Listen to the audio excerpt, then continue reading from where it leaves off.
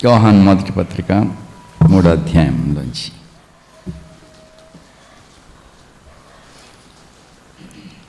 ఇప్పుడు మనము అంచె దినాల్లో ఉన్నాము.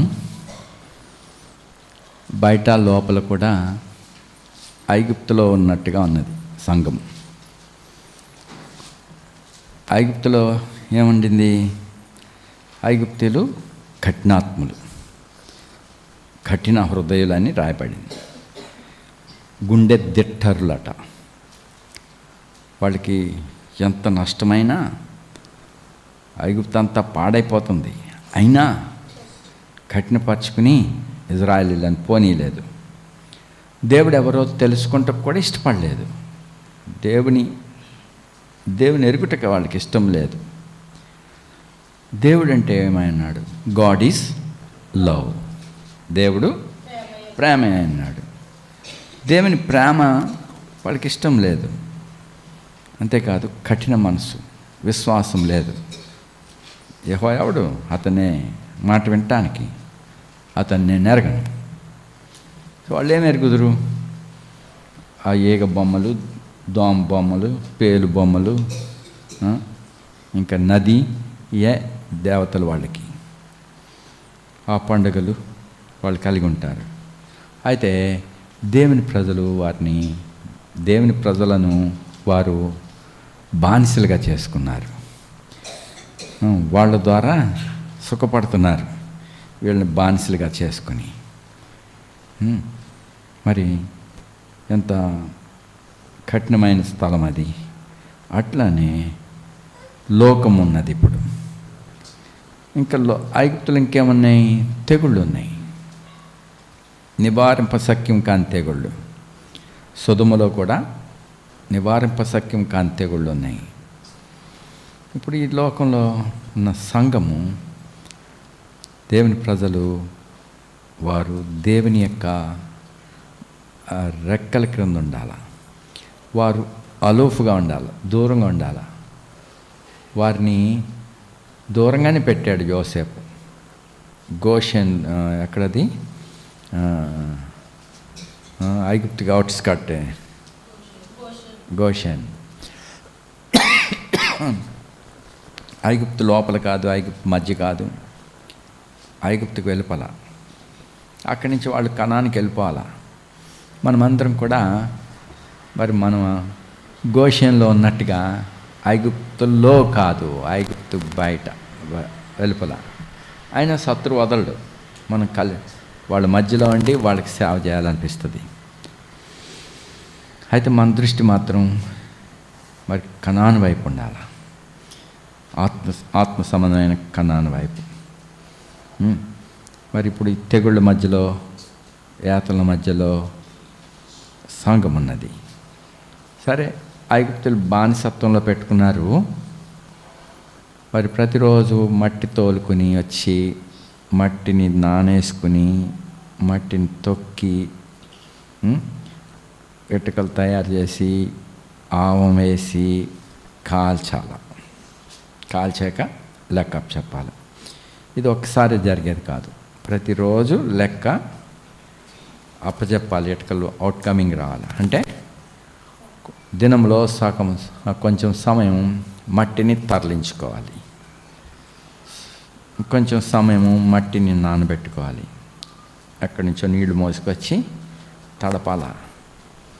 కొంత సమయము ఎప్పుడో నానిపోయిన మట్టిని ఇటుకలు తయారు చేయాలి. తర్వాత ఎండబెట్టుకున్నాక ఎండిన ఇటుకల్ని ఆవం వేసుకోవాలి. అది అయిన తర్వాత ఆవం మండించుకోవాలి. అది రాత్రి కూడా ఆవం మంట వేసుకుంటూ ఉండాలి. సో దివారాత్రులు సేవ చేయించుకుంటున్నారు. ఈ మధ్యలో మరి లెక్క అప్పచెప్పాలి కదా, సోమరులు ఉంటారు. మరి పని చేయటానికి ఇందులో కూడా మరి అక్రమస్తులు ఉంటారు. అక్రమస్తుడు ఏం చేస్తాడు? ఒకడు కూడా కష్టపడి తయారు చేసుకునే ఇటుకలను లెక్క చెప్పడానికి వెళ్ళబోయేసరికి ఎవ్రీడే దొంగతనం చేసి ఏం చేస్తున్నాడు, అధికారికి లెక్కప్ చెప్పేస్తున్నాడు. ఆ అధికారి, అరే నువ్వు చేసినట్టుగా లేవు అని చెప్పి ఉండొచ్చు.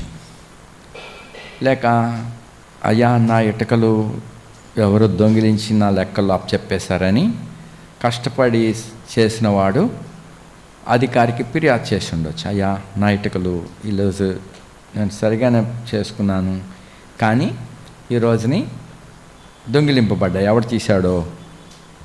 సో ఆ విధంగా సంఘము బాగానే ఉన్నామనుకుంటున్నాము, బయట లోకం విరోధంగా ఉంది, దేవుని వాక్యానికి విరోధంగా ఉంది.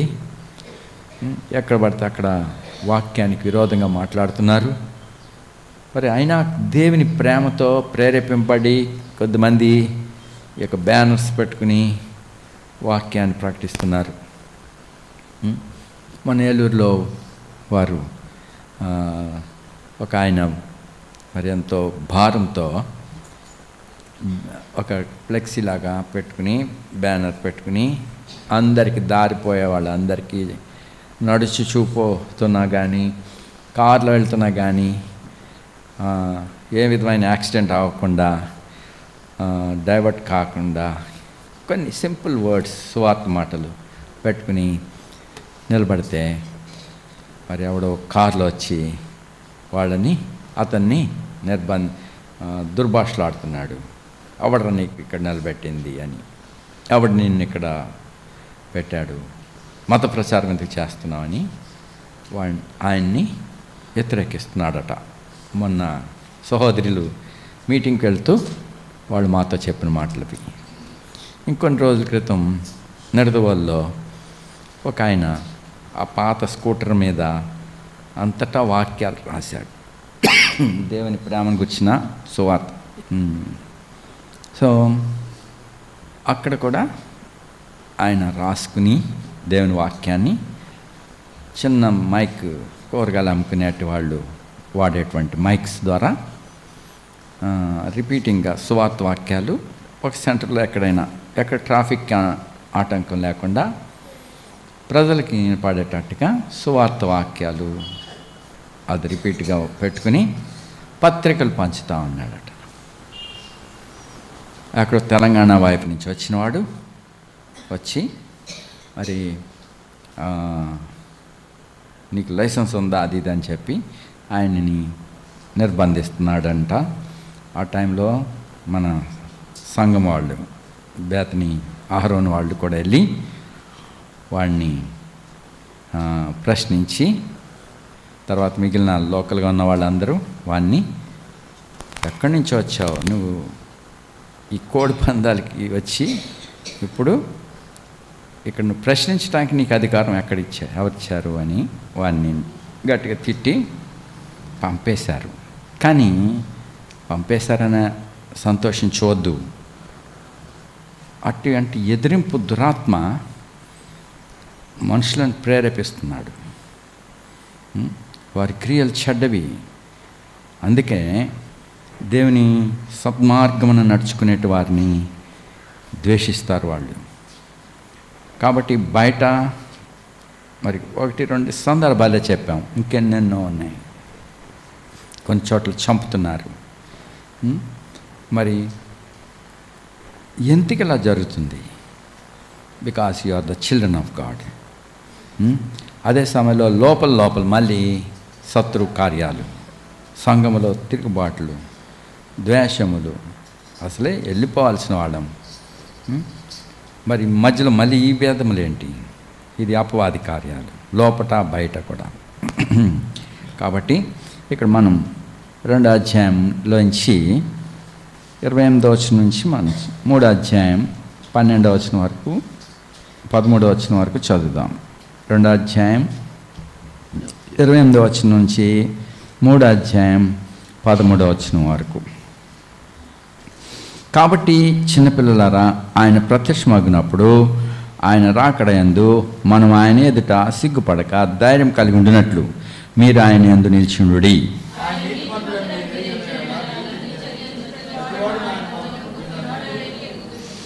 మనం దేవుని పిల్లలమని పిలువబడినట్టు తండ్రి మనకెట్టి ప్రేమను అనుగ్రహించిన చూడి మనం దేవుని పిల్లలమే. ఈ హేతువు చేత లోకం మనల్ని ఎరగదు, ఏలనగా అది ఆయనను ఎరగలేదు.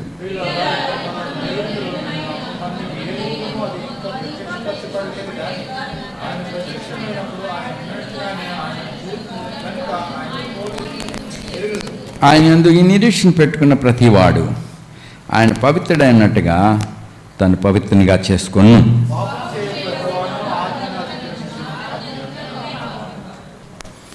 పాపములను తీసివేయటకే ఆయన ప్రత్యక్షమాయనని మీకు తెలియను. ఆయన యందు పాపమేమీ లేదు.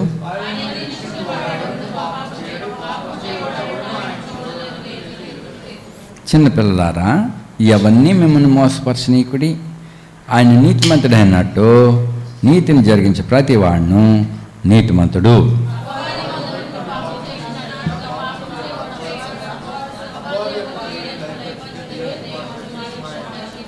దేవుని మూలంగా పుట్టిన ప్రతి వానిలో ఆయన బీజం నిల్చును గనుక వాడు పాపం చేయడు. వాడు దేవుని మూలంగా పుట్టినవాడు గనుక పాపం చేయ జాలడు.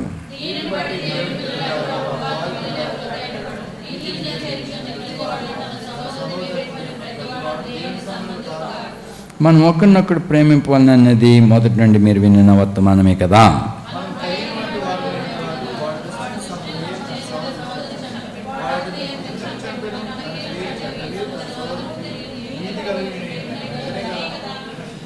పదమూడు కూడా చదవండి.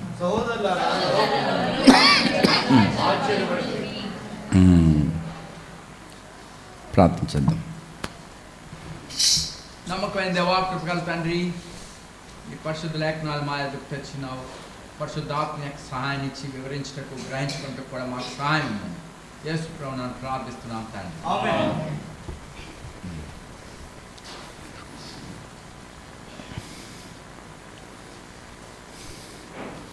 అంచె దినాల్లో ఉన్నాము. అనేక క్రీస్తు విరోధులు లోకంలోకి బయలుదేరారు, బయట ఉన్నారు. అలాగే లోపల నుంచి కూడా క్రీస్తు విరోధులు అక్కడి నుంచి బయలుదేరారని మనలో నుంచి వెళ్ళారన్నారు. అందుకే మొదటి నుండి మీరు ఏది విన్నారో చూడు, 24 వచనం. మొదటి నుండి దేన్ని వింటిరో అది మొదటి నుండి చాలా చాలా ఉపదేశాలు వచ్చేసినాయి, నానా రకాల బోధలు వచ్చినాయి. మరి రీసెంట్గా మేము మ్యారేజ్ కోర్టు వెళ్ళాము మొన్న మంగళగిరిలో. మరి విజయనగరం నుండి ఆ పిల్ల మరి మంగళగిరి దగ్గర వివాహం కుదిరింది. వారంతా బ్రతిమాలిన కారణమున మేము వెళ్ళవలసి వచ్చినది, డేవిడ్ అన్న, జోన్ అన్న, మేమందరం. అయితే ఆ పిల్లవాడు ఇక్కడ మంచిగానే మారు మనసు పొందినవాడు, మరి చక్కగా విధేయత చూపించినాడు. తర్వాత నీటి బాప్తిస్మం సాక్ష్యం పొందినాడు. తర్వాత చదువుకుంటకు, తర్వాత జాబ్ వరకు జర్మనీకి వెళ్ళాడు. అక్కడ మరి ఈ పిల్ల ఆత్మీయంగా దేవుని ఇంట్లో పెరుగుతుంది. ఆ పిల్లవాడు ఇక్కడ మారు మనసు పొందినవాడు, మరి బాప్తిస్మం పొందినాడు, విధేయత చూపించినవాడు. సరే, దేవుని సేవకుడిగా డేవిడ్ అన్న మంచిగానే ఇద్దరిని మరి ప్రదానం చేశారు. తర్వాత వివాహానికి వెళ్ళినప్పుడు మరి వాడు మరి జర్మనీలో ఏదో బోధ విన్నాడు. ఆ బోధ ప్రకారం అతడు మరి మానసికంగా పాడైపోయాడు, ఆత్మీయంగా పాడైపోయాడు, విశ్వాస భ్రష్టుడయ్యాడు. తాను పొందిన ఒప్పుకోలు, మొదట విన్న ఒప్పుకోలు, మొదట వినిన సువార్త, మొదట అతడు చూపిన విధేయత, బాప్తిస్మము, అది బాప్తిస్మం కాదనుకుని వాడిచ్చే బాప్తిస్మం తీసుకున్నాడు. వాడు ఏ విధమైన బోధ? మానసికంగా మన దేవుడు గొప్పవాడు, మనం దేవుడిని అడిగితే తప్పకిస్తాడు. సో ఇలా ఉంటుంది అనమాట ఆ మాటలు. నేను ఇంకా లైట్గా చెప్తున్నాను. గట్టిగా అరుస్తారు, చించుకుంటారు, దేవుడు చేస్తాడు, దేవుడు గొప్పవాడు, మన విశ్వాసం, అట్లా గింజి చెప్తే ఇప్పుడు నేను మెత్తగా మాట్లాడితే మీరు ఎవరు లక్ష్య పెట్టరు. నేను గట్టిగా మాట్లాడితే అప్పుడు మీలోకి అది దూరిపోతుంది. సో అట్లాంటి మాటలతో మరి నీవు సరైన విశ్వాసంలో ఆత్మ పొందలేదు. నువ్వు బాప్తిసం పొందినప్పుడు ఆత్మ పొందితేవా? పరిశుద్ధాత్మ అగ్ని నీలో మండిందా? నీకు సూచన ఏంటి? అట్ట మాటలు చెప్తామంటే వాడు దానికి లొంగిపోయాడు. లొంగిపోయి మళ్ళీ వాళ్ళు ఇచ్చే బాప్తిసంలో పాల్పించుకున్నాడు. ఇప్పుడు మొదట విన్నదంతయు అతనిలో నిలవట్లేదు. మొదట ఏ ఒప్పుకోలు, ఏ ఆత్మ ద్వారా ఏ మారు మనసు అతనిలోకి వచ్చిందో అతడు కోల్పోయాడు. సరే, ఆ రాత్రి అంతా 2 గంటలు రాక దేవుడన్న ఎంతో అతనికి వివరించి చెప్పినా పోయింది. ఇప్పుడు చాలా విచారపడ్డాడు. నేను వెళ్ళినప్పుడు టెన్షన్ పడ్డాడు. మరి టీ తాగుతుంటే ఎట్టకు ఊగుతుంది. ఎందుకన్నా ఇలా ఊగుతున్నావు? కాదురా, ఎట్లాగైందిరా. రాత్రి 2 గంటల వరకు వాడు ప్రత్యక్షత కోల్పోయాడు. ఈ విషయంలో మరి చాలా బాధపడుతున్నాను. ఈ వివాహం చేయటకు నాకు చాలా బాధగా ఉంది. మరి ఆఖరి జోనన్ని వర్తమానం ఇమ్మన్నాడు. సరే, తర్వాత ప్రార్థన చేయమన్నప్పుడు వాడు ఇసురుకుంటున్నాడు దేవుని ఎదుట ప్రార్థనలో. ఏటాడు ప్రభు ఇట్లా అట్లా ఏటేటో సమస్య అది కాదు, సమస్య ఇది. వాడు వర్తమానం ఇస్తున్నాడు ఏంటో. ఇంకా ఆగని చాలాసేపు చేస్తామంటే స్టాప్ అని చెప్పేసి ఆపేసి అమ్మాయిని ప్రార్థన చేయమన్నారు. సో ఇది ఎందుకు చెప్తున్నాను? ఒక ప్రత్యక్షత, ఒక విధేయత కలిగి సరైన డాక్ట్రిన్లో మారు మనసు పొంది సరైన క్రమంలో వాక్య ప్రకారం బాప్తిసం పొంది మరి వేరే దాని తట్టు తిరిగేసరికి ఏమైంది? విశ్వాసము భ్రష్టంలోకి పోయింది. ఆ బోధ నిజమే, పాట పాడినప్పుడు చించుకోవచ్చు, పాట పాడేటప్పుడు మంచి రిథమ్స్ తోటి ఎగిరేటట్టుగా శరీరం ఉప్పొంగేటట్టుగా డ్యాన్సింగ్ వర్షిప్ అని చెప్తారు. వర్షిప్ ద లార్డ్ వాక్యాన్ని బట్టి హై సౌండింగ్ సింబల్స్తో ఆరాధన చేయి, గంభీర ధ్వని గల సితారాతో వాద్యములతో మీరు ప్రకటించు, దేవుని సువార్త, దేవుని కీర్తించు అన్నీ బైబిల్లో అయ్యాయి. మరి ఇది నూతన నిబంధనలో, పాత నిబంధనలో నేను చెప్తూ ఉన్నాము. పాత నిబంధన భౌతికంగా మరి కనపడుతుంది, క్రొత్త నిబంధన ఆత్మీయంగా కనపడుతుంది. భౌతికమైనది శాశ్వతమా, ఆత్మ సంబంధమైనది శాశ్వతమా? ఆత్మ సంబంధమైనది. చూడండి, దేవుని సన్నిధి భౌతికంగా ప్రత్యక్ష గుడారంలోనికి దిగి వచ్చినప్పుడు మేఘము ఆ గుడారం అంతటిని కమ్మింది. తర్వాత సీనాయి పర్వతం మీద అంతకు మునుపు ఆ పర్వతం అంతా ఏమవుతుంది? మండుతుంది. గంభీర ధ్వనితో దేవుడు మాట్లాడుతూ ఉంటే ఆ మాటలు వెలుగుగా మెరుపులుగా వస్తున్నాయి, ఉరుముతున్నట్టుంది. దేవుని మాట ఉరుముతున్నట్టుంది. ఆ ఉరుము వాళ్ళ మీదకి వచ్చి వాళ్ళ చెవులు తెగిపోకుండా ఉండుటకై మేఘం అటు ఇవ్వబడింది. ఆ మేఘం ఫిల్టరింగ్ చేస్తుంది. ఒకటి తేజస్సుని, అతి ప్రకాశమైన వెలుగుని ఫిల్టర్ చేస్తుంది, తగ్గిస్తుంది మేఘం. తర్వాత అతి ధ్వనిని గట్టిగా వాళ్ళ చెవులు దద్దరిని పగిలిపోకుండా ఆ మేఘము వాళ్ళని ఆ శబ్దాన్ని తగ్గిస్తుంది.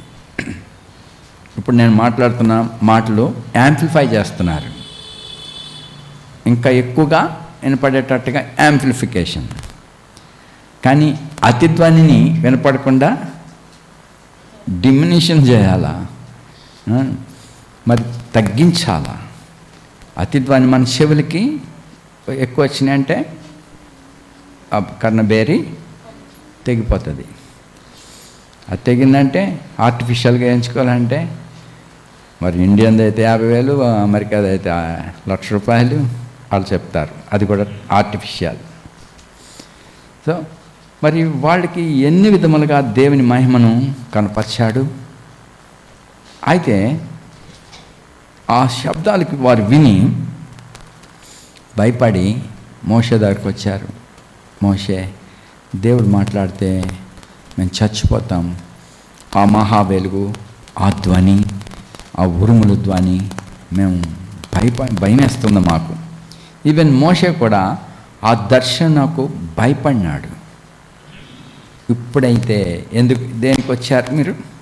ఇప్పుడైతే హెబ్రీలకు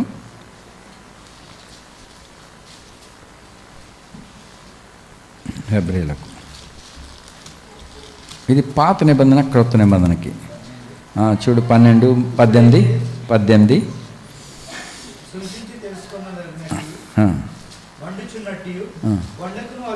సృష్టించి తెలుసుకొనదగినట్టు మండుచున్నట్టు కొండకును అగ్నికి. అది ఆ మేఘము ముట్టుకుంటే అంత చిక్కగా ఉంది, అది మండుతుంది.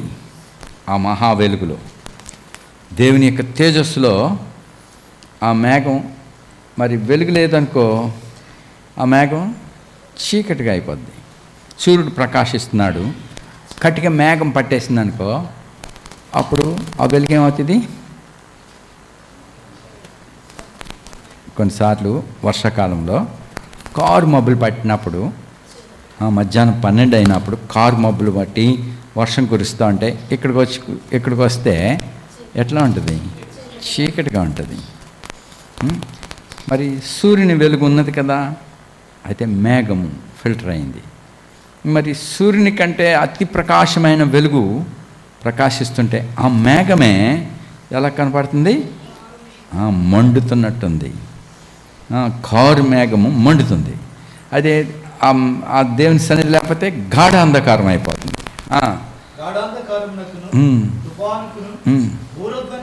మాటల ధ్వనికిని మీరు వచ్చి ఉండలేదు. ఒక జంతువైనను ఆ కొండను తాకిన ఎడల రాళ్లతో కొట్టబడవాలని ఆజ్ఞాపించిన మాటకు వారు తాళలేక ఆ ధ్వని వినిన వారు మరి ఏ మాటయు తమతో చెప్పవలదని బతిమాలుకుని, అయ్యా దేవుడు మాట్లాడితే చచ్చిపోతామని వాళ్ళు బతిమాలుకున్నారు. మరి మోషే కూడా 21 వచనం, మరియు ఆ దర్శనం ఎంతో భయంకరంగా ఉన్నందున మోషే నేను మిక్కిలి భయపడి వణుకుచున్నాను.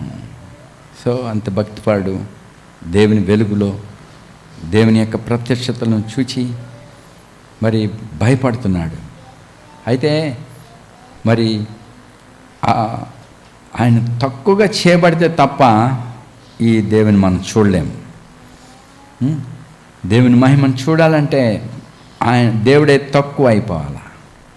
కాబట్టి ఇప్పుడు 22 వచనం, ఇప్పుడైతే అప్పుడు అలాగుండింది, ఇప్పుడైతే సియోను కొండ, జీవం గల దేవుని పట్టణం నాకు, పరలోకపు యెరూషలేమునకును వేవేల కొలది దేవదూతల యొద్దకును పరలోకమందు వ్రాయబడిన జ్యేష్ఠుల సంఘమునకును వారి మహోత్సవమునకును అందరి న్యాయాధిపతి అయిన దేవుని యొద్దకును సంపూర్ణ సిద్ధి పొందిన నీతిమంతుల ఆత్మల యొద్దకును క్రొత్త నిబంధనకు మధ్యవర్తి అయిన యేసు యొద్దకును హేబేలు కంటే మరి శ్రేష్టంగా పలుకు ప్రోక్షణ రక్తమునకు మీరు వచ్చినారు. అది ఇప్పుడు అలాగొచ్చారు. ఇప్పుడు క్రొత్త నిబంధనకు మధ్యవర్తి అయిన యేసు యొద్దకు. ఇవన్నీ చాలా తక్కువగా కనపడుతున్నాయి. అది దడదల్లాడే శబ్దాలు, మరి అతి గంభీరమైన శబ్దము, వెలుగు ఇవన్నీ వస్తే భయపడ్డారు. ఇప్పుడు పరలోక సంబంధమైన యెరూషలేము, సియోను అనే కొండ, జీవగల దేవుని పట్టణము, ఇవన్నీ ఎంత లైట్గా ఉన్నాయి. అందరి న్యాయాధిపతి అయిన దేవుడు, ఆ దేవుని దగ్గర ఆయన ఎలా కనపడుతుంది? కొత్త నిబంధన న్యాయాధిపతి అయిన దేవుడు ఎలా కనపడుతున్నాడు? న్యాయాధిపతి అయిన దేవుడు, అందరి న్యాయాధిపతి అయిన దేవుడు మనకి ఎట్లా కనపడుతున్నాడు?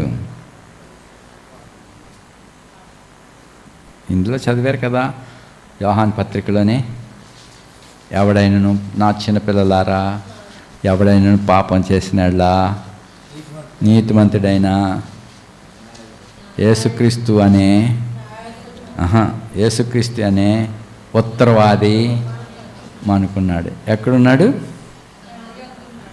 చదువు 2వ అధ్యాయం 1వ వచనం.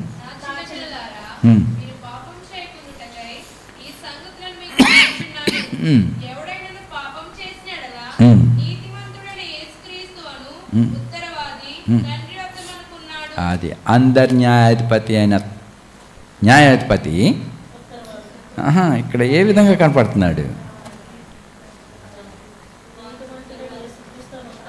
ఉత్తరవాది అంటే ఓకే, అంటే అడ్వకేట్ అంటే మన కొరకు ప్లీడింగ్ చేసేటవాడు, ప్లేడర్, మన కొరకు బతిమాలుకునేటవాడు, ఆయన అడ్వకేట్ లేక ఉత్తరవాది.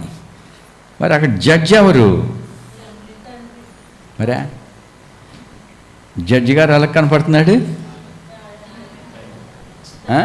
ఫాదర్, మా నాన్నే. న్యాయాధిపతికి చూసి భయపడవచ్చు ముద్దాయి జడ్జిని గారు చూసి రెస్పెక్ట్ అవ్వచ్చు. ఆ లాయర్లు లేక అడ్వకేట్లు ఎంతో భయపడతారు. మై లార్డ్ అని బతిమాలుతారు. నేను వాస్తవంగా వెళ్ళి చూసేవాడిని. మార్టిన్ గారి లెటర్లు ఎన్నో రాసి, ఎందుకంటే ఎన్నో లెటర్లు ఆయనకు వచ్చేవి, ప్రతి లెటర్కి ఆన్సర్ చేసేవాడు. ఆయన క్యాంప్ నుంచి వచ్చేదానికి ఇన్ని లెటర్లు ఉండేవి. ఒక్కొక్కటి విప్పి చదువుకొని దానికి తిరిగి రాసేవాడు. మరి కొన్ని లెటర్లు తెలుగులో వస్తే ఇట్రారా ఈ లెటర్ చదువు.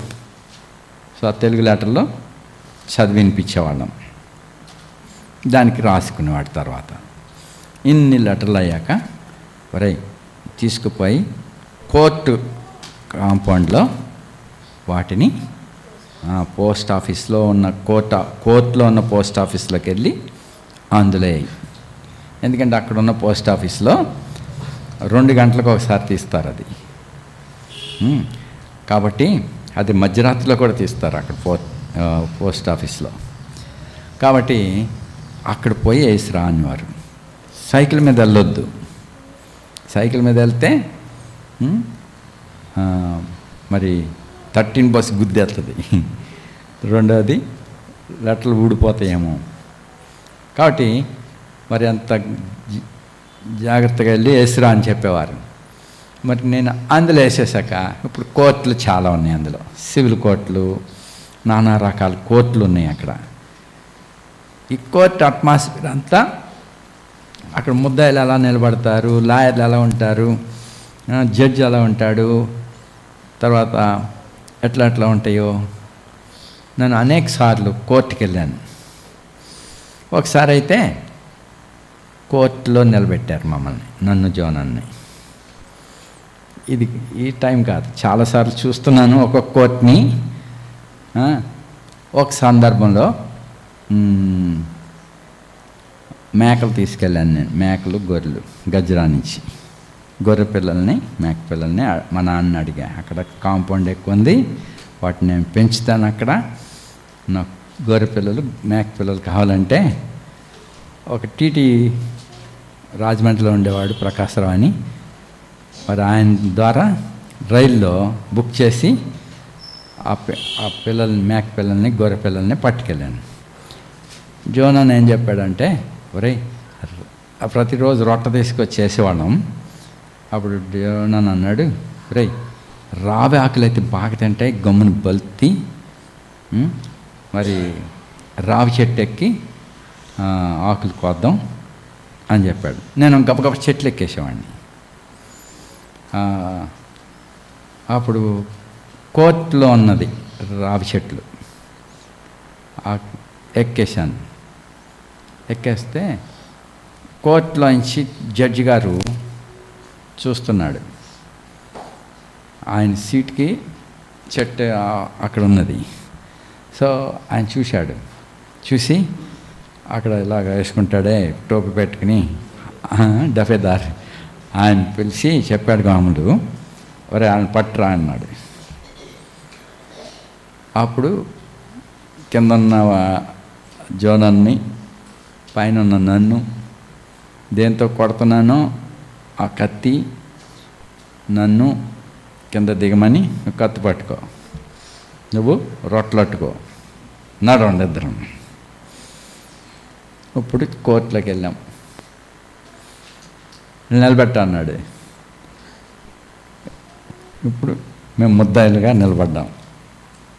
జడ్జి ఇప్పుడు ఆయన నోట్లో ఇంచి మాట వస్తే అక్కడ పడేస్తారు మమ్మల్ని. బాల ఖైదీలు ఉంటారు, అక్కడికి వేసేస్తారు. ఎందుకు ఆయన ఎందుకు పిలిచాడు మమ్మల్ని? అరే పైన ఎక్కి పడితే కాళ్ళు చేతులు ఇరుగుతాయి, ఎందుకు ఎక్కువరా?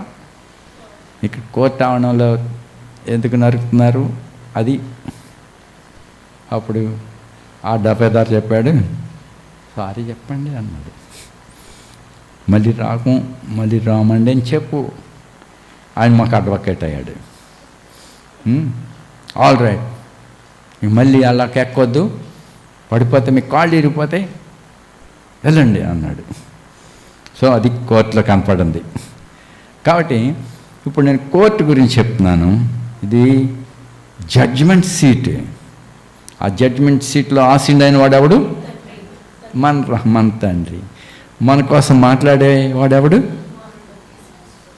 మన బ్రదర్, మన నీతిమంతుడైన యేసుక్రీస్తు అనే ఉత్తరవాది, మన సహోదరుడు. నా తండ్రియు మీ తండ్రియు, నా దేవుడును మీ దేవుడిని అని నా సహోదరులకు చెప్పు అన్నాడు. My brothers. కాబట్టి అయితే ఇలాగ మన బ్రదరే మన తండ్రే కాబట్టి తప్పు చేద్దామా? నీతిమంతుడైన ఉత్తరవాది మనకున్నాడు, తీర్పు తీర్చే తండ్రి ఉన్నాడు. భయపడకుండా తప్పులు చేయొచ్చా? మీరు తప్పు చేయకుండా ఉండినట్టు, పాపం చేయకుండాకే ఈ సంగతులు మీకు రాయించున్నాను. కాబట్టి ఇక్కడ మనము నూతన నిబంధనలోనికి వచ్చినాం. అక్కడ జడ్జిమెంట్ సీట్ అంటే భయంకరమైంది, అది కాల్చేస్తుంది. దేవుని ఇంట్లో అక్రమం ఎక్కడైనా జరిగిందా కాలిపోతారు. మరి కొత్త నిబంధనలో మరి ఏది కాలిపోతుంది? మన శరీరం కాదు. పాత నిబంధనల సైతం ప్రభు చెప్పిన ఆత్మీయమైన మాట, మరి ఈ జీవవృక్ష ఫలము అన్నీ తినొచ్చు, కానీ మంచి చెడ్ల తెలివినిచ్చే ఫలాన్ని మాత్రం తినకూడదు అని చెప్పినప్పుడు అపవాది మీరు చావనే చావరు అన్నాడు. ప్రభు అయితే చెప్పాడు మీరు నిశ్చయంగా చేస్తారని. మరి ఏ విషయంలో ప్రభు చెప్పాడు ఆ విధంగా? ఆత్మీయంగా. అపవాది ఏ విధంగా చెప్తుంది? శరీరానుసారంగా మీరు చావనే చావ.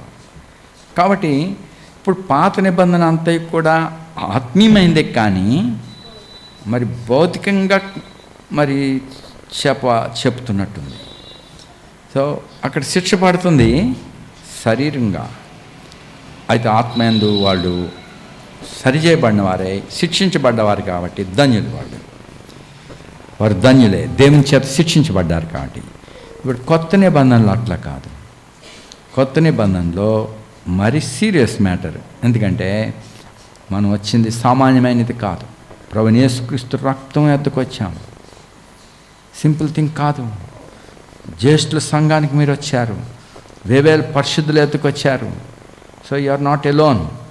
మరి మీరు ఎక్కడ ఉన్నామని కాదు, పరిశుద్ధుల యొక్క పరిశుద్ధ పట్టణంలో ఉన్నారు, మీరు దేవుని యొక్క ఏర్పాట్లో ఉన్నారు.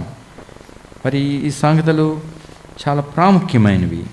మనం వీటిని నిర్లక్ష్యపెట్టి మనం కేర్లెస్గా ఉండకూడదు.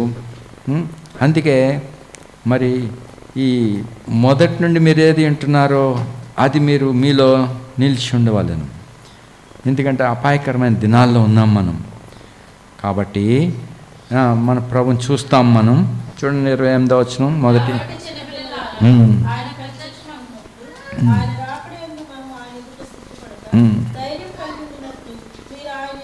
అబాయిడ్ ఇన్ హిమ్, ఆయన యందు నిలిచి ఉండండి. నా చిన్నపిల్లలారా, ఆయన ప్రత్యక్షమగినప్పుడు ఆయన రాకడయందు సిగ్గుపడకుండా. ఏ విషయంలో సిగ్గుపడాల్సి వస్తుంది? మనం అక్రమంగా ఉన్నప్పుడు ప్రభు నమ్మకత్వాన్ని బట్టి మన మీద దీర్ఘశాంతాన్ని చూపించినప్పుడు మనం ధన్యులమే. కానీ ఆయన రాకడలో మనం ధైర్యంగా నిలబడినట్లు ఆయన యందు నిల్చుండుడి. మరి ఇప్పుడు 29 ఆయన నీతిమంతుడని మీరు ఎరిగి ఉన్న యెడల నీతిని జరిగించు ప్రతివాడును ఆయన మూలంగా పుట్టి ఉన్నాడని ఎరుగుదురు. నీతిని జరిగించు ప్రతివాడు ఆయన నీతిమంతుడని చూడండి. ఇక్కడ కంపారిజన్ చూడండి. ఆయన ప్రత్యక్షత ఒకటి, దానిలో ఆయన నీతిమంతుడని మీరు ఎరిగితే మీరు నీతిని జరిగించు వారిగా ఉంటారు. మీరు ఆయన మూలంగా పుట్టినవారు. ఇప్పుడు 3వ అధ్యాయం ఒకటి వచ్చింది. మనం దేవుని పిల్లలమని పిలువబడినట్లు తండ్రి మనకెట్టి ప్రేమను అనుగ్రహించును. మనం దేవుని పిల్లలము, మనం దేవుని పిల్లలం అని పిలువబడుతున్నాము. పిలువబడినట్లు తండ్రి మనకెట్టి ప్రేమను అనుగ్రహించినో చూడండి. మనము దేవుని పిల్లలమే. మనము దేవుని పిల్లలమే. దేవుని పిల్లలు అయితే అందరికి తెలవాలి కదా. రాజుగారు అనుకో, రాజుగారు కుమారుడు ప్రిన్స్ కదా, ఈ ప్రిన్స్ని అందరికీ తెలియాల. ఆ రాజుగారు కూడా తన కుమార్ని కనపరుస్తాడు, అందరికీ తెలుస్తుంది. అలాగే మన తండ్రి మనల్ని ప్రేమించున్నాడు. అయితే మనం దేవుని పిల్లలమే. ఈ హేతు చేత లోకం మనలను ఎరగదు, ఏలయనగా ఆయనను ఎరగలేదు. సో మనం దేవుని పిల్లలం. దేవుడు ఎట్లా ఉన్నాడో ఆయన పిల్లలు అట్లా ఉండాలి. మరి మనం దేవుని పిల్లలం అయితే దేవుని పోలిన వారికి ఉంటాం. మరి సర్ప సంతానం అయితే ఎట్లా ఉంటారు? సర్ప సంతానం, సర్పం పిల్లలు ఎలా ఉంటాయి? మరి దేవుని పిల్లలు ఎలా ఉంటారు? సర్పం పిల్ల ఇంత చిన్నదే, అయినా అది సర్పం రూపమే. మనిషి పిల్లోడు మనిషి పిల్లోడే. ఇప్పుడు దేవుని పిల్లలము కాబట్టి మనం దేవుని పోలిన వారము. మరి దేవుణ్ణి లోకము ఎరుగలేదు కాబట్టి లోకం మనల్ని కూడా ఎరగదు. సో మన అందరికీ తెలబడాలని ఆశించవద్దు, మనుషులతో గుర్తింపబడాలని ఆలోచించవద్దు. మరి మన ప్రభుని లోకం ఎరగలేదు. ఎరుగుంటే మహిమాస్వరూపయోగు దేవుని వారు ఎరుగుంటే సిలివేస్తారా? వారు ఎరగలేదు. ఆయన ఎవరో వారికి తెలియలేదు. వారు ఆయనతో వాదమాడారు. దీర్ఘశాంతం చొప్పున ఆయన సహించుకున్నాడు. ఎవడరా నువ్వు నాతో అడగటాక అని అడిగితే నోరెత్తగలడా? మనలాంటి సామాన్యులమే, ఏదో చిన్న హోదా కలిగి ఉంటే నువ్వెవరితో మాట్లాడుతున్నావు నువ్వు ఎరుగాల అంటాం,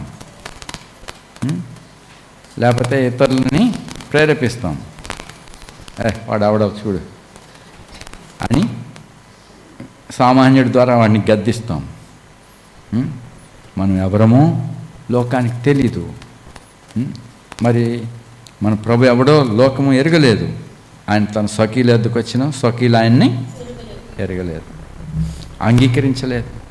దే రిజెక్టెడ్ హిమ్. ప్రభు తన ప్రజలని ప్రభుని ద్వేషించారు కాబట్టి మనం కూడా ద్వేషించబడుతున్నాం. మరి ప్రభుని వారు ఎరగలేదు కాబట్టి వారు ఆయన్ని సిలువేసినారు, మరి ద్వేషించారు. మరి అలాగనే మనం దేవుని పిల్లలం కాబట్టి మనల్ని కూడా లోకము ఎరగదు. ఇక్కడ కంపేరింగ్ చూడండి, దేవునితో ఎట్లా కంపేరింగ్ చేస్తున్నాడు. లోకము నన్ను ఎరగదు కాబట్టి మీరును లోకంలో మిమ్మల్ని ఎరగదు. మళ్ళీ చదవండి. ఈ హేతు చేత ఎరగదు. ఇక్కడ ఒక్కొక్కటి కంపేర్ చేసి చూడండి. లోకం మిమ్మల్ని ఎరగదు. ఎందుకని? ఇక్కడ రాయబడింది కదా, లోకము మిమ్మల్ని ఎరగదు. ఎందుకని? అది ఆయన ఎరగలేదు కాబట్టి నిన్ను కూడా లోకం గుర్తించదు. తర్వాత 2వ వచనం. ఇప్పుడు మనం దేవుని పిల్లలమై ఉన్నాము, మనం ఇక ఏమవుతామో అది ఇంకా ప్రత్యక్షపరచబడలేదు కానీ ఆయన ప్రత్యక్షమైనప్పుడు ఆయన ఉన్నట్లుగానే ఆయనను చూచుము కనుక ఆయనను పోలి ఉందమని ఎరుగుదుము. సో మనం దేవుని పిల్లలం, లోకము ఆయన ఎరగదు. మరి ఏలి కుమారులు ఉన్నారు, వాళ్ళు ప్రధాన యాజకుని కుమారులే. ఎవరు వాళ్ళు? ఏలి కుమారులు పేర్లు? హొప్ని, ఫినెహాసులు. వారు యెహోవాను ఎరుగని దుర్మార్గులైండిరి. మిక్కిలి దుర్మార్గులట. వారు దేవుని ఎరగని వారు. అదే సమయంలో దేవుని ప్రజలు ఎట్టివారో వారికి తెలియదు. లోక సంబంధాలు కాబట్టి లోకంలో ఉన్న లోకస్తులను వాళ్ళు స్నేహిస్తారు, లోక సంబంధమైన రీతిగా మాట్లాడతారు, లోక సంబంధమైన ఆశలు కలిగి ఉంటారు. వాళ్ళు దేవుని సేవకులే, but they don't know the Lord. వారు ప్రభుని ఎరగరు. ఇప్పుడు అనేక బోధకులు ఉన్నారు, వారు ప్రభుని ఎరగరు. ఆయన గురించి మాట్లాడుతున్నారు. ఎవడో ఇంకొకడు భక్సింగ్ గారినే చూడలేదు, వాడు ఇంకెన్నెన్నో చెప్పేస్తున్నాడు. నిన్న మొన్న ఎవరు పిల్లలు పెడతా అంటే ఎందుకే మాటలు వింటారు నేను అడిగాను. ఎందుకు ఇలాంటివన్నీ లక్ష్య పెడతారు అంటే నాకు చూడండి అని చెప్తున్నాడు వీడు. భక్సింగ్ గారు మోకరిస్తేనంట ఏదో అడిగారంట, ఇంత డబ్బు అవుతుంది, ఇంత ఖర్చు అవుతుంది, ఇంతమందికి ఆహారం పెడుతున్నావు, ఎక్కడ నీకు ఇంత సహాయం నీకు ఎక్కడ వచ్చింది, ఎలాగ వచ్చింది ఈ డబ్బు నీకు అని అడిగారంట ఎవరు. అడిగితే ఆయన మోకాలు చూపించాడట. తర్వాత అక్కడ మోకరించిన ప్లేస్ అంతా గుంటలు పడిపోయిందంట, అరిగిపోయిందంట. ఆ తర్వాత ఆయన ప్రార్థన చేశాక లేస్తే అక్కడ డబ్బులుండి అంట, కట్టలు. ఎవడు చెప్పాడు ఇవన్నీ? ఇవన్నీ అబద్ధాలు కదా, ఇది లోక రీతి కదా. భక్సింగ్ గారి దగ్గర ఆయన ప్రార్థన చేసిన డబ్బులు కట్టలు అక్కడ పడలే, ఉట్టిది. ఎన్నో మాటలు. నేను బాల్యం నుండి నేను దైవజనుల దగ్గరికి వెళ్తున్నాను, కాన్వికేషన్కి తీసుకుపోబడుతున్నాను. మరి దైవజనుడు బోధిస్తున్నప్పుడు విన్నాను, పాటలు పాడేటప్పుడు వింటున్నాను. తర్వాత ఆయన దగ్గర తీసుకుపోయేవారు ప్రార్థన చేయించటకై. అది మా తండ్రి చేత భక్సింగ్ గారి దగ్గర తీసుకెళ్ళేవారు నన్ను. మరి తర్వాత నాకు 15 ఏట సేవకి నన్ను పంపేశాక మరి దైవజనుడు మార్టిన్ గారి ద్వారా దగ్గరికి నన్ను తీసుకెళ్ళేవారు. అనేక సార్లు ఆ రూమ్లోకి వెళ్ళిపోయేవాళ్ళం. మరి ఆయన దగ్గరికి వెళ్ళి మరి ఆయన చూచుటకు, ఆయన ముట్టుకొంటకు, అక్కడ చిన్న పరిచర్యలు చేయటకు మాకు ధన్యతలు ఉండేవి. నేను ఎప్పుడు అలాగా అక్కడ గుంట పడిపోవటం చూడలేదు. అలాంటి అన్ని అబద్ధాలు ఇవి. వీళ్ళెవరు ఎరగరు. వాళ్ళు భక్సింగ్ గారి గురించి చెప్తారు, భక్సింగ్ గారు అట్లా చేయలేదు. వారు యేసు ప్రభుని గురించి చెప్తారు, ప్రభు అలా చేయలేదు, ప్రభు ఎన్నడూ వాళ్ళు చెప్పినట్టు చేయలేదు. కాబట్టి మరి మనము దేవుని పిల్లలము, లోకము మనల్ని ఎరగదు. అయితే మన గురించి మాట్లాడచ్చు, మన దేవుని గురించి మాట్లాడచ్చు, ఆయనను వారు ఎరగారు ప్రభుని. అయితే మనం ప్రభు ప్రత్యక్షమైనప్పుడు చదవండి 2వ వచనం, ప్రియులారా మనం దేవుని పిల్లలము,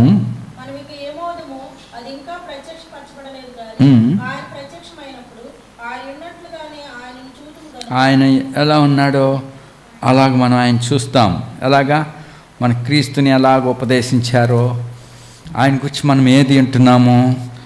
ఎఫెసీయులకు రాసిన పత్రికలో చూడండి, మీరు ఎలాగ క్రీస్తుని గురించి నేర్పింపబడుతుందో, దేవుని ఆత్మ మీతో ఎట్లా మాట్లాడుతున్నాడో ఆ విధంగా దేవునిని మీరు ఎరగవలను, దేవుని మాట అని మీరు ఎరగవలను. ఇదే బర్నబాస్ మాట లేకపోతే పలానావారి మాట, ఆ విధంగా కాదు. అది దేవుని మాట కాదా మీరు చూసుకునాలా, ఎరగండి. చూడండి ఇక్కడ మీరు క్రీస్తుని గురించి ఏ విధంగా విన్నారు. 4:20 యేసుని గురించి విని ఆయన యందలి సత్యము ఉన్నది ఉన్నట్టుగా.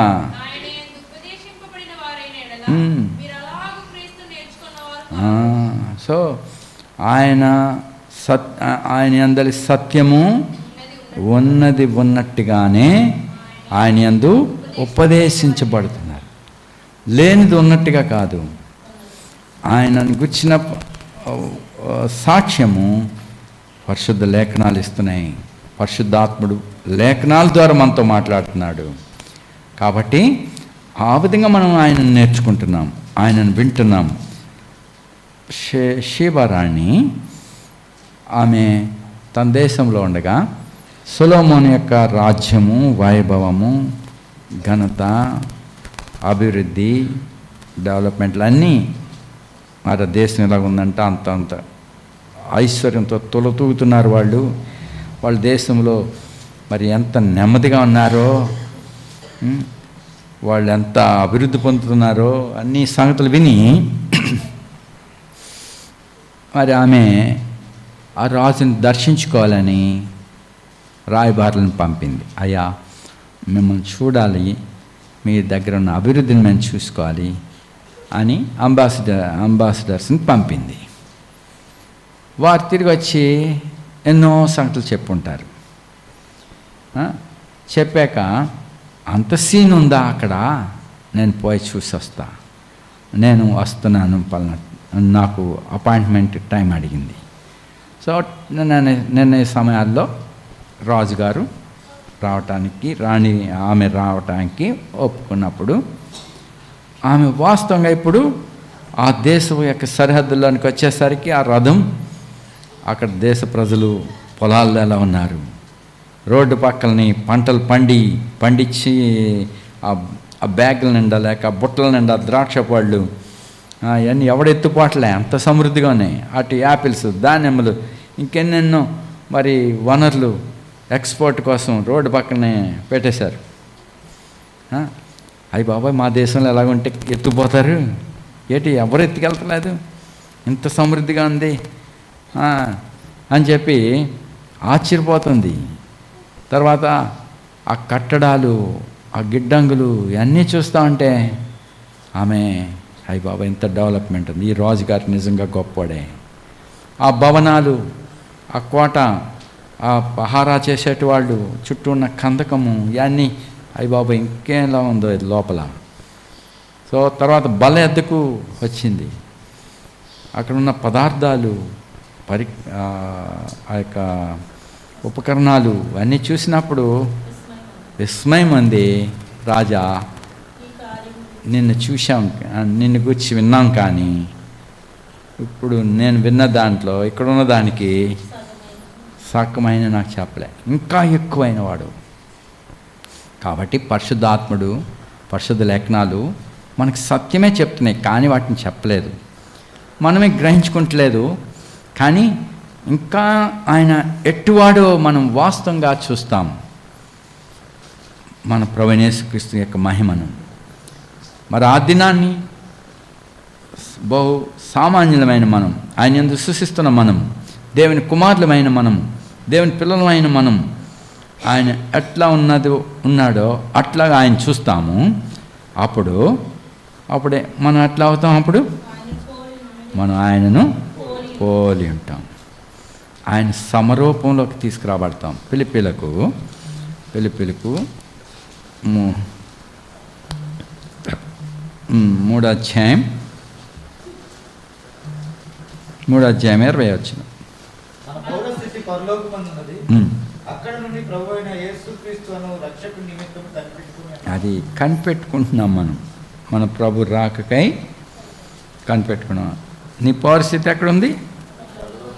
ఇండియాలో ఉందా? మేము కూడా ఈ దేశ పౌరులమే. క్రిస్టియన్స్ మాట్లాడుతున్నారు ఎదిరించేవాళ్ళని. మీ నాన్న ఆవిడాయి, మీ తాత ఆవిడాయి అంటే నువ్వు ఎక్కడి నుంచి వచ్చావు, ఎక్కడి నుంచి వచ్చిన మతాన్ని నువ్వు తీసుకుంటున్నావు అని చెప్పి నిలదీస్తున్నారు. మీరు క్రైస్తవులైతే ఈ దేశీయులు కారు మీరు అంటున్నారు. మరి మనం ఏం చేయాలా? మనకి ఈ దేశంలో పాలు లేదంట. క్రైస్తవులైతే మీ పితరుల యొక్క ఆస్తి కూడా మీకు చెల్లదంట. చట్టాల్లో రాశారు. ఒకడు తండ్రి హిందువుడిగా ఉంటే తన ఆస్తి, మరి తర్వాత పిల్లవాడికి ఆ తండ్రి ఏ మతంలో ఉన్నాడో కుమారుడు కూడా అదే మతంలో ఉంటే వాడు వారసుడే. కుమారుడే కానీ మతం మారాడంటే పిత్రార్జితము చెల్లదు. ఇది ఒక చట్టంలో ఒకటి. కాబట్టి నువ్వు క్రైస్తవుడిగా మారావంటే నీకు అది చెల్లదు. లేని ఎడ్ల దాన్ని వదిలేసుకోవాలా. క్రైస్తవుడిగా ఉండు. ఈ రీతిగా మరి లోకము మనలను ద్వేషిస్తుంది. అయితే మన పౌరస్థితి పరలోకమందు ఉన్నది. అక్కడ నుండి మన ప్రభువైన యేసు అనే రక్షకుని నిమిత్తం కనిపెట్టుచున్నాము. సమస్తమును తనకు లోపర్చుకొని జారిన శక్తిని బట్టి ఆయన మన దీన శరీరము తన మహిమగల శరీరమునకు సమరూపముగా మారుస్తాడు. ఇదే సువార్త యొక్క శక్తి. ఆయన శక్తి మన యందు ప్రత్యక్షం అవుతుంది. కాబట్టి మరి ఆయన కలిగిన సంపూర్ణతకు సమానమైన సంపూర్ణత మనల్ని తీసుకుని వచ్చేటకు ప్రభు సంకల్పించాడు. కాబట్టి మనం నిరీక్షించాలి, ప్రభు రాకని అపేక్షించాలా. మరి మనం అపోస్తలుడైన పౌలు ఎన్నో శ్రమలు పడ్డాడు. నేను మంచి పోరాటం పోరాడి తిని నా పరుగు కడముట్టించి తిని విశ్వాసం కాపాడుకుంటుని ఇప్పుడు నాకు నీతి కిరీటం ఉంచబడింది.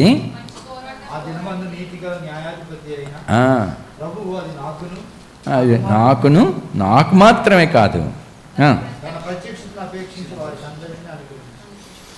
సో పౌలు అంత శ్రమ పడ్డాడు. శ్రమ పడినోడికే కాదు, ప్రభు ప్రత్యక్షతను అపేక్షించేవాళ్ళు. మరి ప్రత్యక్షతను ప్రభు రాకడ అపేక్షించినప్పుడు లోకంలో మనకి శ్రమ ఉన్నది, లోకం ద్వేషిస్తుంది. మరి భయపడవద్దు, అది అంతకంటే ఇంకేం చేయలేదు.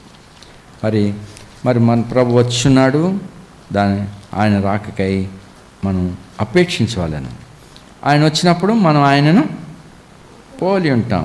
ఆయన ఎట్లా ఉన్నాడో అట్లాగా, ఆయన సమరూపము, ఆయన పరిపూర్ణతకు సమానంగా, ఆయన పరిశుద్ధతలో ఆయనతో కూడా తోటి వారసులుగా, దేవుని కుమారులుగా మనము ప్రభు ఎట్లా ఉన్నాడు మనం అట్లా ఉంటాం.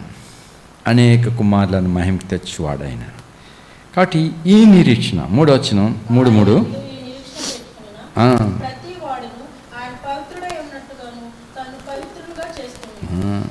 సో మరి ఈ నిరీక్షణ మనలో ఉన్నప్పుడు మనం ఆయన పవిత్రుడిగా ఉన్నట్టు తను పవిత్రునిగా, ప్రభు పరిశుద్ధుడు, మరి మనం కూడా పరిశుద్ధులుగా ఉండేటట్లు చూసుకోవాలా. మరి చూడు 4వ వచనం,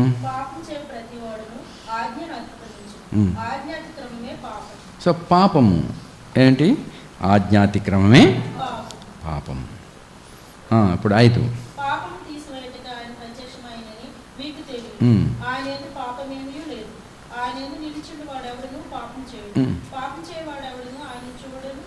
మరి పాపం చేయడం అంటే ఎలాగా? ఆయన యందు నిలిచిన వాడు ఎవడును పాపం చేయడంట. అంటే పాపం చేయడా? అందరు పాపం చేసిన వారే. అయితే ప్రభు పాపం చేయలేదు.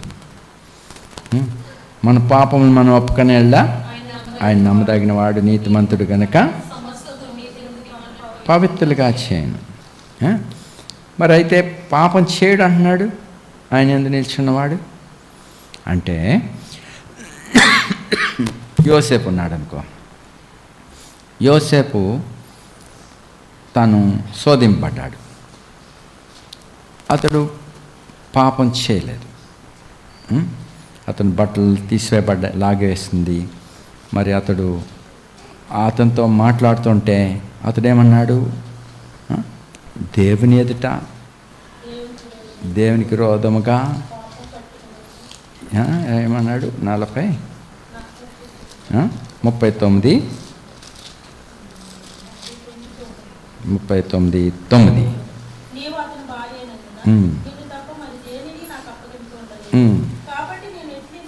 నేనెట్లు ఇంత ఘోరమైన దుష్కార్యం చేసి దేవునికి విరోధముగా పాపం కట్టుకుందునని.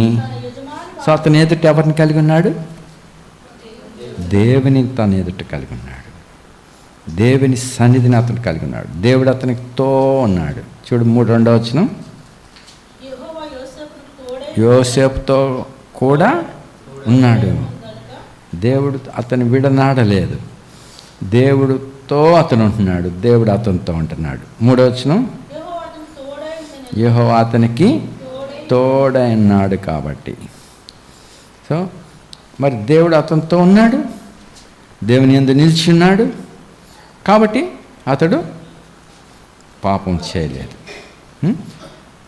మరి దావీదు కూడా మరి దేవుని ప్రేమించినవాడు, దేవునితో ఉన్నవాడు, అయితే దేవుని విడిచిపెట్టాడు, అందుకే అతను పాపం చేశాడు. మరి అతన్ని గద్దించినప్పుడు అతడు ఒప్పుకున్నాడు, అతడు వెంటనే భయపడినాడు దేవునికి. దేవుని సేవకుడు హెచ్చరించినప్పుడు భయపడినాడు, వాదన వేసుకోలే. మరి సౌలు పాపం చేశాడు, దేవుని సేవకుడు అతను నియమించిన తండ్రి వంటి వాడు అతన్ని పట్లాగాడు. అతను కోప్పడితే భయపడలేదు, జనం ఎదుట నన్ను అవమానపరచవద్దు, ప్రజల ముందు నన్ను సన్మానించు, ప్రజల ముందు గద్దిస్తే అతను చేసిన అక్రమాన్ని అతడు తట్టుకోలేకపోయాడు. అతడు తనకు తాను అల్పుడు, తన దృష్టిలో తాను అల్పుడు, తర్వాత తన గోత్రం అల్పమైంది. అలాంటి వాణ్ణి మరి రాజుగా సమూయేలు అతన్ని దేవుని ఎదుట ప్రజల ఎదుటకు తీసుకుని వచ్చినప్పుడు మరి అతడు ఎంత భయపడాలి, మరి సమూయేలుకి ఎంత భయపడాలి, అతడు దేవుని దాసుడు. అయితే భయపడలేదు, అతన్నే ఆశీర్వదించడానికి వెళ్ళిపోయాడు. సమూయేలు వస్తే యెహోవా నిన్ను ఆశీర్వదించగాక, ఎవరు చెప్పాలి? అది పెద్ద ఆయన చెప్పాలా, చిన్నవాడు అనగాల, ఆశీర్వాదం స్వీకరించాలా. అయితే వీడే సౌలే యెహోవా చేత ఆశీర్వాదం నీకు సమూయేలుతో ఉంటున్నాడు. సో అతను హెచ్చరించబడినప్పుడు లోబడలేదు, తిరుగుబాటు చేశాడు, దాన్ని వాదించాడు. మరి దావీదు భయపడినాడు, వెంటనే నేను పాపం చేశాను. సో ఎప్పుడైతే ఆయన ఒప్పుకున్నాడో తిరిగి కలెక్ట్ అయ్యాడు, దేవుడు అతను శిక్షించాడు, సరిచేయబడ్డాడు, లోబడ్డాడు, అందుకే నా హృదయానుసారుడు అన్నాడు. సో ఇక్కడ దేవుని యందు నిలిచినవాడు ఎవడు కూడా పాపం చేయడు, ఆయన యందు నిలిచివాడు ఎవడును. అందుకే మనం ప్రభునందు నిలిచి ఉండాలి. ప్రభుని విడిచిపెట్టామా లేక ప్రభు మనల్ని విడిచిపెడతాడు. మరి అందుకే ప్రార్థన యందు ఆయన యందు నిలిచి ఉండుట. మనం ఎల్లప్పుడూ కూడా ఏం చేయాలి? ప్రభునందు నిలిచి ఉంటాం అంటే అనేకసార్లు చెప్పాను. How can you abide in Christ? In reading the word of God and praying the Lord in personally, likewise family and assembly. So ఈ మూడిట్లో మీరు ఎడతెక్కునేళ్ళ ప్రభునందు నిలిచిన వారు అవుతారు. అప్పుడు యోసేపు వల్ల జయించే వారుగా ఉంటారు. మరి కొంత శ్రమ కూడా ఉంది జయించిన వాడికి, అబద్ధాలు నేరం మోపబడింది, మరి అక్కడి నుంచి జైలు పాలయ్యాల్సి వచ్చింది. ఏ శ్రమ ఉన్నదో అంతటా అప్లిఫ్ట్ అవుతున్నారు. సహోదరుల చేత తృణీకరింపడ్డాడు, గోతులతో వేయబడ్డాడు, తర్వాత దిగంబరిగా చేసి అమ్మేశారు. అప్పుడు రాజా భటుడికి దాసుడైనాడు. అక్కడ యథార్థంగా ఉన్నాడు 10 ఏళ్ళు, శోధనలో మరి జయించాడు, జైలు పాలయ్యాడు. 3 సంవత్సరాలు జైల్లో ఉన్నాడు. తదుపరి దినములన్నిటినీ పోషించువాడుగా ఐగుప్తు అంతటికి ప్రభుగా చేయబడ్డాడు. సో అట్లాగా మనం కూడా జయించువారంగా ఉంటే, ప్రభునందు నిల్చుంటే పాపములను జయించగలం. జయించువాడు వీటన్నిటినీ స్వతంత్రించుకుంటాడు. మరి అందుకే ఇప్పుడు 6వ వచనం,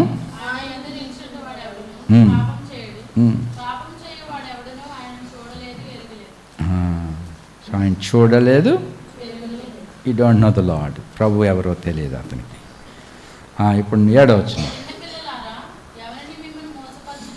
ఆయన నీతిమంతుడై ఉన్నట్టు నీతిని జరిగించు ప్రతివాడును నీతిమంతుడు.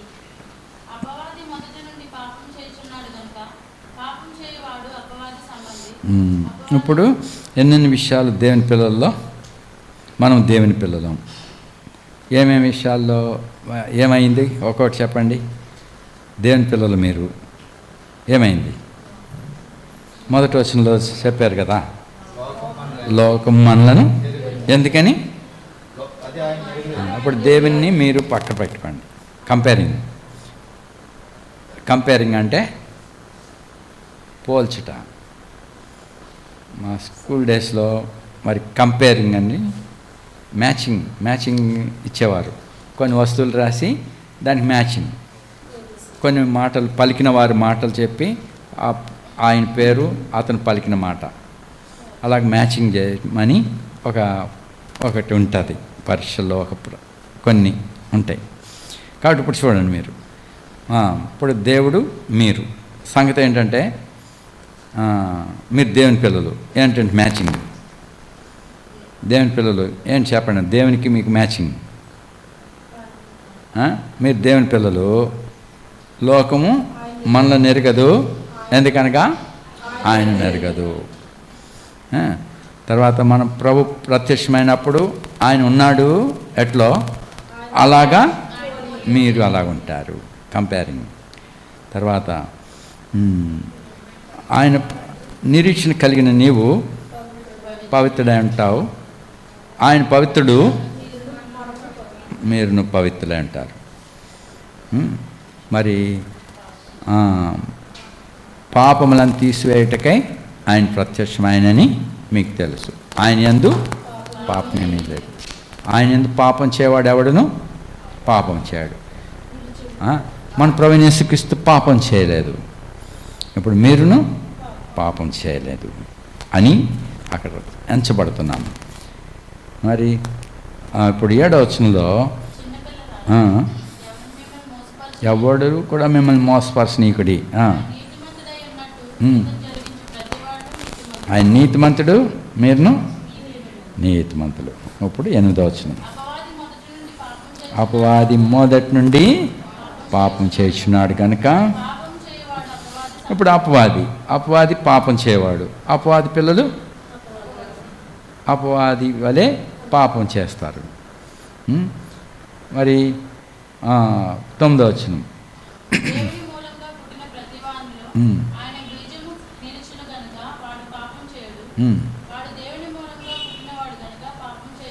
దేవుని మూలంగా పుట్టాడు అంటున్నారు.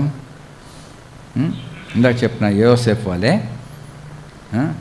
మరి ప్రభునందు నిల్చున్నాడు, ప్రభు పిల్లలుగా ఉంటున్నారు, వారు పాపం చేయరు. అలాగే దేవుని మూలంగా పుట్టిన వానిలో ఆయన బీజం నిల్చును కాబట్టి పాపం చేయడు. మరి ఏ బీజం ఇది? మొదటి పేతురులో చూడండి, ఈ మారు మనసు, ఈ నూతన మనసు మనకి ఇవ్వబడింది. 1:22 నుంచి చదవండి. మీరు క్షయ బీజం నుండి కాక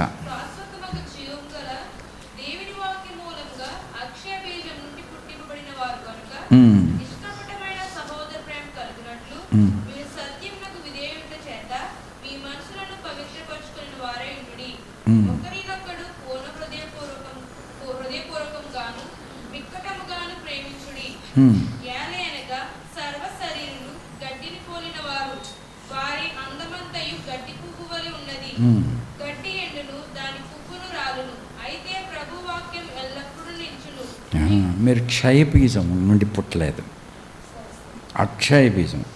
అదేంటంటే దేవుని వాక్య మూలముగా,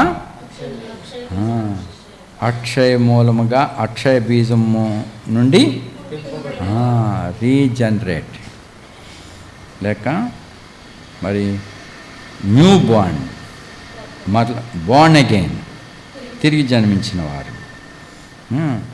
కాబట్టి మరి తిరిగి జన్మించిన జన్మానుభవము ఏం చేస్తుంది?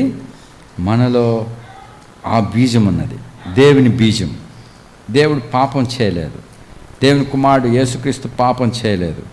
ఆ బీజము, ఆ యొక్క గుణము ఉన్నది కాబట్టి మీరు పాపం చేయజాలరు. సో ఇప్పుడు పంది ఉంది, దాని బుద్ధి పంది. అదేం చేస్తుంది? ఎంత శుభ్రం చేసి ఇంట్లో పెంచి దాని సబ్బుతో కడిగి మంచిగా బట్టలు వేసి ఎన్ని చేసి శుభ్రపరిచినా అది ఎక్కడ పోతుంది? మురికిని ప్రేమిస్తుంది. దాని బీజము పంది. మరి నోవహు వాడలో ఉన్న జంతువులు చాలా ఉన్నాయి. ఆ జంతువులన్నీ విధేయులైన జంతువులు, లోబడి వచ్చినాయి. అవి లోపలికి వచ్చినాయి. లోపలికి వచ్చిన ప్రతివారు ఎవరెవరు వచ్చారు? వాడలోనికి ఎవరెవరు వచ్చారు? ఫస్ట్ నోవాహు, ఆయన భార్య, షేము, హాము, యాపెతు వారి భార్యలు, వీళ్ళు హ్యూమన్. వాళ్ళు విధేయులైన వారు. వారితో పాటు అనేక జంతువులు, పవిత్రమైనవి ఏమి, పవిత్రం కానివేమి, పక్షులేమి, అరే పురుగులేమి, ఏమేమి లోపలికి వచ్చినాయో అవన్నీ విధేయత చూపించి వచ్చినాయి. ఇప్పుడు ఇవన్నీ కొట్టుకుంటున్నాయా? కొట్టుకుంటే అందులో పడి కొట్టుకో. రీసెంట్గా ఈ దేవుని కుటుంబంలోనికి వచ్చిన వారు హస్తనిక్షేపణ కార్యక్రమంలో ఈ వర్తమానం ఒక చోట ఇచ్చా. ఏంటి? దేవుని కుటుంబంలోనికి వచ్చిన మనం దేవుని పిల్లలుగా ఉండుటకు ఆ మనసు, ఆ తత్వం మనలో ఉండాలని హెచ్చరిస్తున్నాం. ఏంటి దీనికి సాదృశ్యాలు? వాడలోనికి అనేక జంతువులు వచ్చినాయి, అనేక పక్షులు వచ్చినాయి. వాటి నైజాలు వాటుకుంటాయి. ఇప్పుడు పక్షులకి వాటి నైజం ఉన్నది, కుక్కలకి వాటి నైజం ఉంది. మరి కుక్కల్లో కూడా జాతులు ఉన్నాయి. మళ్ళీ కుక్క జాతులు ఏంటి? చాలా జాతులు ఉన్నాయి, పేర్లు చాలా ఉన్నాయి. చాలా ఖరీదైన కుక్కలు ఉన్నాయి. 50,000 రూపాయల కుక్కలు, 1,00,000 రూపాయల కుక్కలు. ఏంటి? ఎంత వయసు? నెల రోజు పిల్ల. నెల రోజుల కుక్క పిల్ల 1,00,000 రూపాయలు కూడా ఉన్నాయి. మన కుక్క పిల్ల 50,000 కూడా అమ్ముతారు. అంత ఖరీదైంది అది. దాంట్లో స్వభావాలు ఏంటి? అలాగే లాబ్రాడాగ్, అది కూడా ఖరీదైనయే. పామరిన్, అది 5,000 అలా ఉంటాయి పిల్లలు. మరి ఇప్పుడు మన కుక్క ఉన్నదే, అది 50,000 రూపాయలు. అయితే మరి దాని నైజం ఏంటి? దానికి నేర్పిస్తే నైజం ఏంటి? ఒకసారి నువ్వు ఇక్కడికి వచ్చి వెళ్తే నువ్వు ఎక్కడికి వెళ్ళిపోయావో నేను పట్టుకోగలదు. ఒక వస్తువుని తీసుకెళ్ళిపోతే అది ఎవరు తీసుకెళ్ళారో, ఎప్పుడు వచ్చారో వాసన చూసి ఆ దారిలో వెళ్ళిపోతుంది పట్టుకుంటాకి. ఒకడు మర్డర్ చేస్తే ఎవడు ఆ డెడ్ బాడీ దగ్గరికి వెళ్ళి వాళ్ళని అక్కడ వాసన చూసి ఎవడు ఆమెను చంపారో వాడిని పట్టిస్తుంది. ఇవి వాటికి నేర్పింపబడిన ట్రైనింగ్లో అవి నేర్చుకుంటాయి. మరి కుక్కలకి నైజాలు ఉన్నాయి, మనుషులకి నైజాలు ఉన్నాయి. మనుషులందరూ నైజాలు ఆ జంతువుల్లోనే ఉన్నాయి. జంతువుల యొక్క నైజాలు మనుషుల్లో ఉన్నాయి. కొద్దిమంది కుక్కలా ఉంటారు, కొద్దిమంది నక్కలా ఉంటారు, కొద్దిమంది పాములు, సర్పం రా బాబు వీడు కాటేస్తాడు ఎప్పటికైనా, వీడు పగబడతాడురా, బుద్ధులు చెప్తారు.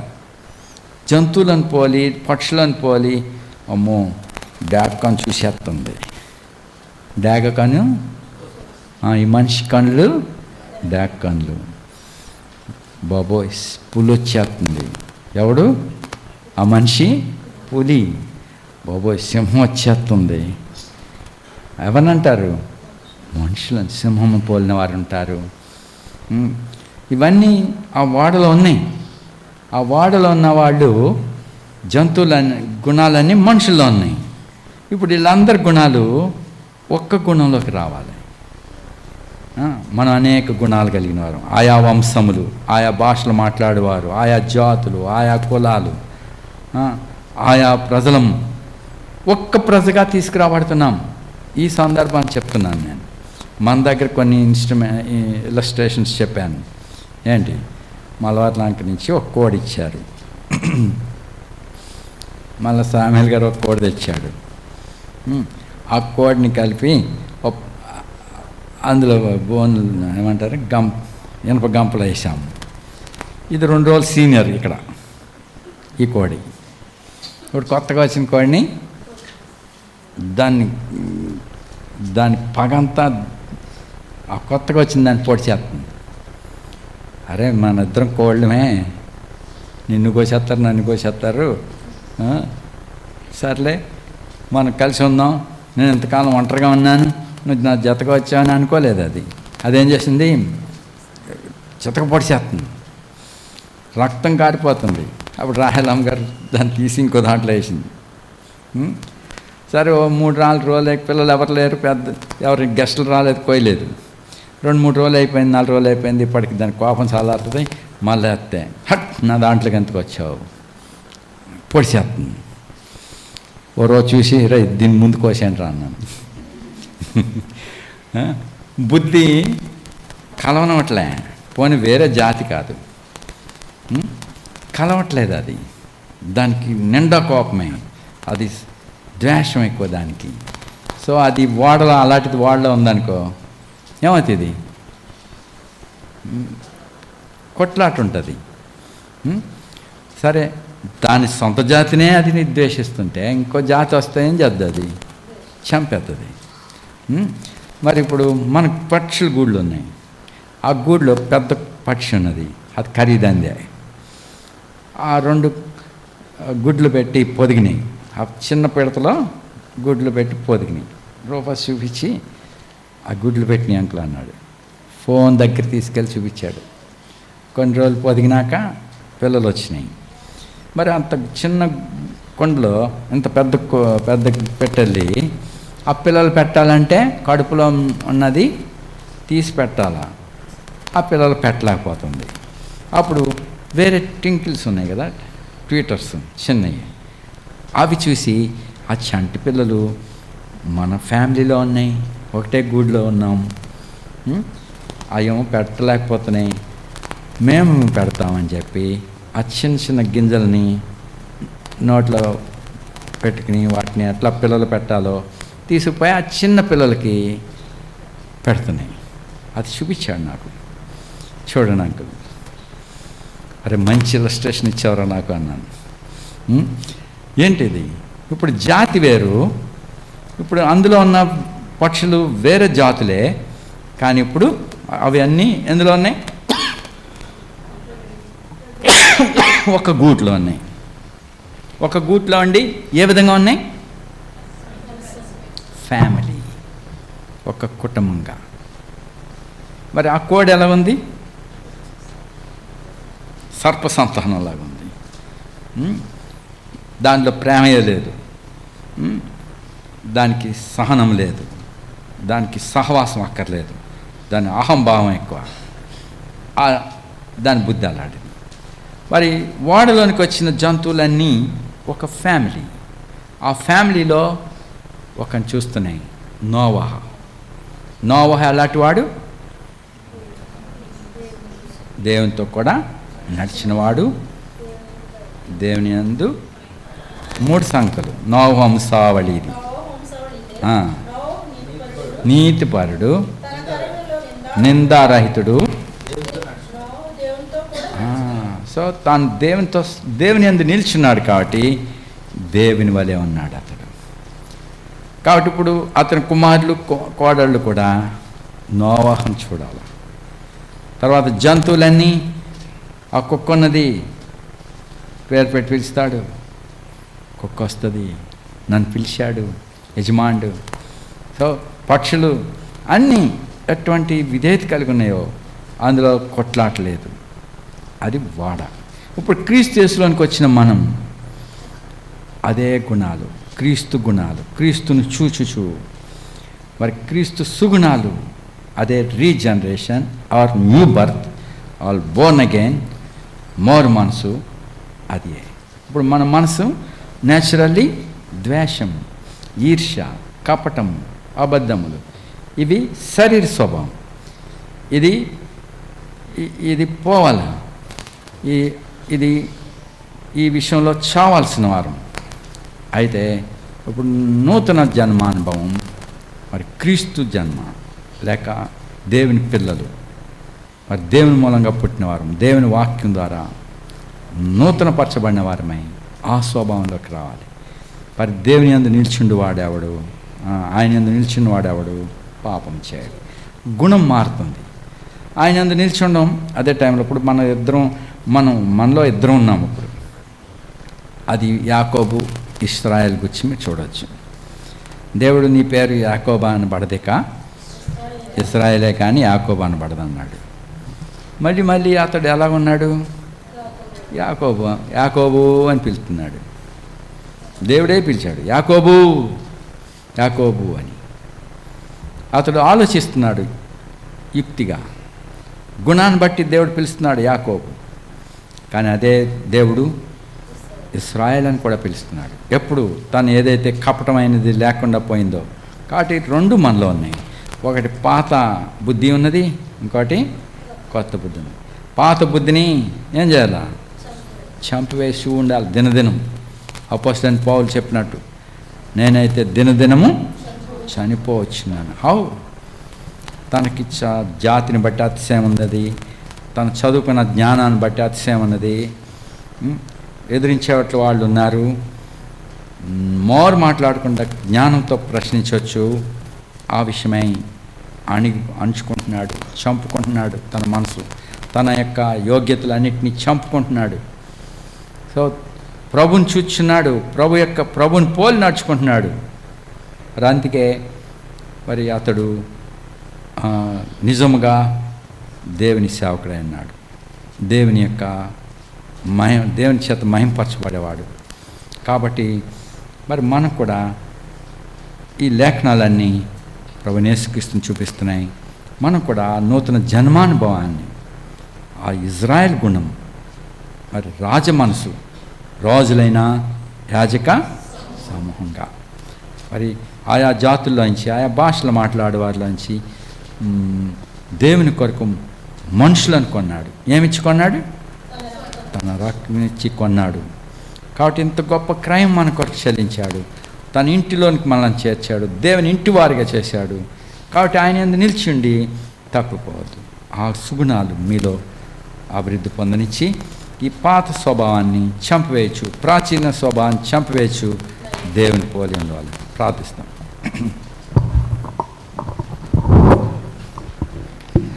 నమ్మకమైన దేవా, కృపగల తండ్రి, ఈ సమయమున నీ పరిశుద్ధ లేఖనాల ద్వారా మాతో మాట్లాడుతూ వచ్చినావు ప్రభా. ఆత్మీయమైన వారముగా మరి నీ వాక్యం మాలో నిలిచి ఉన్నట్లుగా చేయము. అనేక దుర్బోధలు, అనేక వాటిని నీ పిల్లలు అనుసరించకుండా సహాయపడండి. వాటిని లక్ష్య పెట్టకుండా కాపాడుకుంటూ సహాయపడండి ప్రభా. మరి ఎంతో జ్ఞానం కలిగిన వాళ్ళు అనేకులు తప్పుపోతున్నారు. నానా బోధల తట్టు తిరిగి వాటిని మా మధ్యకి మరలా తీసుకురాకున్నట్లు ఆ అంటువ్యాధి అవి లోపల ప్రవేశపెట్టబడకుండా కాపాడము.